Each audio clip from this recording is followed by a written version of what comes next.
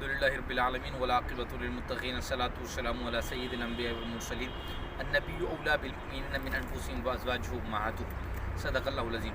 آج 10 رمضان المبارک 1444 ہجری ہم مکہ المکرمہ کے عظیم الشان قبرستان جنت المعالی، جسے عمومی طور پر جنت المعال بھی کہا جاتا ہے، آج یوم وصال ملکہ عرب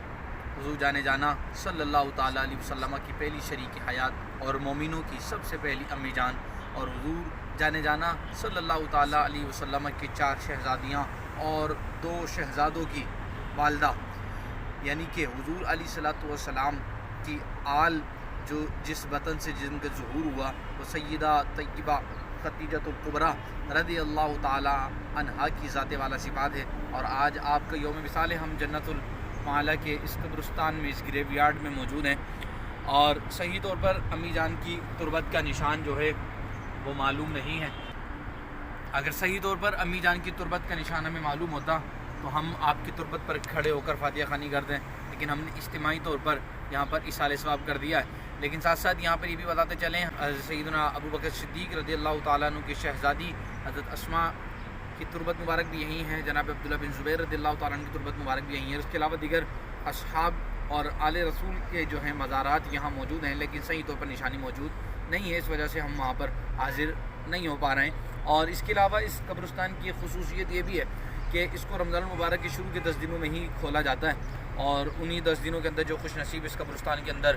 اپنی تربت بنوا سکیں، سبحان اللہ۔ اور اس کے علاوہ 3-4 سال کے بعد یہاں پر قبر کی تبدیلی کا معاملہ بھی ہوتا ہے، جس طرح موریشس کے اندر ایک گریو یارڈ ہے، وہاں پر بھی یہ معاملات رہتے ہیں کہ تقریباً 3-4 سال کے بعد قبر کو کھولا جاتا ہے،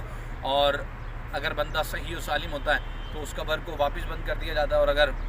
علمان والحفیظ اللہم انی اعوذ بک من عذاب القبر، کوئی قبر اگر کسی عذاب کی وجہ سے مردہ جو ہے ختم ہو چکا ہوتا ہے تو اس کی بونس کو، اس کی ہڈیوں کو نکال کر ایک طرف کر کے دوسرا مردہ رکھ دیا جاتا ہے۔ تو یہی معاملات اس قبرستان کی بھی ہیں کہ اگر مردہ صحیح و سالم ہو تو اس کو ایک طرف کر کر جو ہے قریب میں ہی دوسری جناب تربت بنا دی جاتی ہے۔ الغرض امی جان جو ہیں وہ حضور علیہ الصلوۃ والسلام کے مشکل وقت کے ساتھی ہیں۔ حضرت عائشہ صدیقہ رضی اللہ تعالیٰ عنہ نے جب حضور علیہ الصلوۃ والسلام کی بارگاہ میں عرض کی کہ یا رسول اللہ، آپ کو اللہ عز و جل نے بہترین اور خوبصورت ازواج سے بھی نوازا ہے، لیکن آپ حضرت سیدنا خدیجۃ الکبریٰ کا بار بار تذکرہ کرتے ہیں، حالانکہ وہ اتنی خوبصورت بھی نہ تھی۔ تو حضور جانے جانا صلی اللہ تعالیٰ علیہ وسلم کا چہرے کا رنگ متغیر ہوا، اور فرمایا عائشہ مجھے خدیجہ کے بارے میں تکلیف نہ دینا، کیونکہ جب پورا مکہ، پورا عرب میرا انکار کر رہا تھا اور جناب وہ لوگ مجھے تکلیفیں پہنچا رہے تھے، اس وقت خدیجہ ہی تھی کہ جس نے میرا ساتھ دیا، میرا اقرار کیا۔ اور سیدہ خدیجہ الکبریٰ رضی اللہ تعالیٰ عنہ جو ملکہ عرب رہ چکی ہیں، جو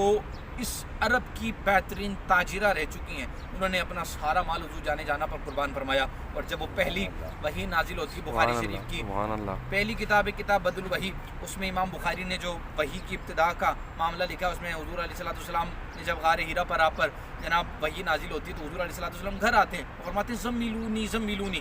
مجھے چادر اڑاؤ چادر اڑاؤ۔ تو حضور علیہ الصلوۃ والسلام کی سردی کی کیفیت تھی، حضور کو امی جان نے، اماں خدیجہ الکبریٰ نے چادر مبارک اڑائی، اور پھر حضور علیہ الصلوۃ والسلام نے پوری وہ وحی کی کیفیت بیان کی۔ تو اس وقت حضور علیہ الصلوۃ والسلام کو جو تسلی امی جان نے دی تھی وہ بڑے خوبصورت الفاظ تھے، اس کا خلاصہ میں پیش کیے دیتا ہوں۔ امی جان نے کہا کہ میرے سرتاج سرور کونین صلی اللہ تعالیٰ علیہ وسلم، آپ فکر مند ہو رہے ہیں، پریشان ہو رہے ہیں، حالانکہ آپ تو غریبوں کا بوجھ اٹھانے والے ہیں، غرباء کے کام آنے والے ہیں، مساکین کے کام آنے والے ہیں، اخلاق حسنہ کے اللہ عز و جل نے آپ کو نوازا ہے، تو آپ پریشان نہ ہو۔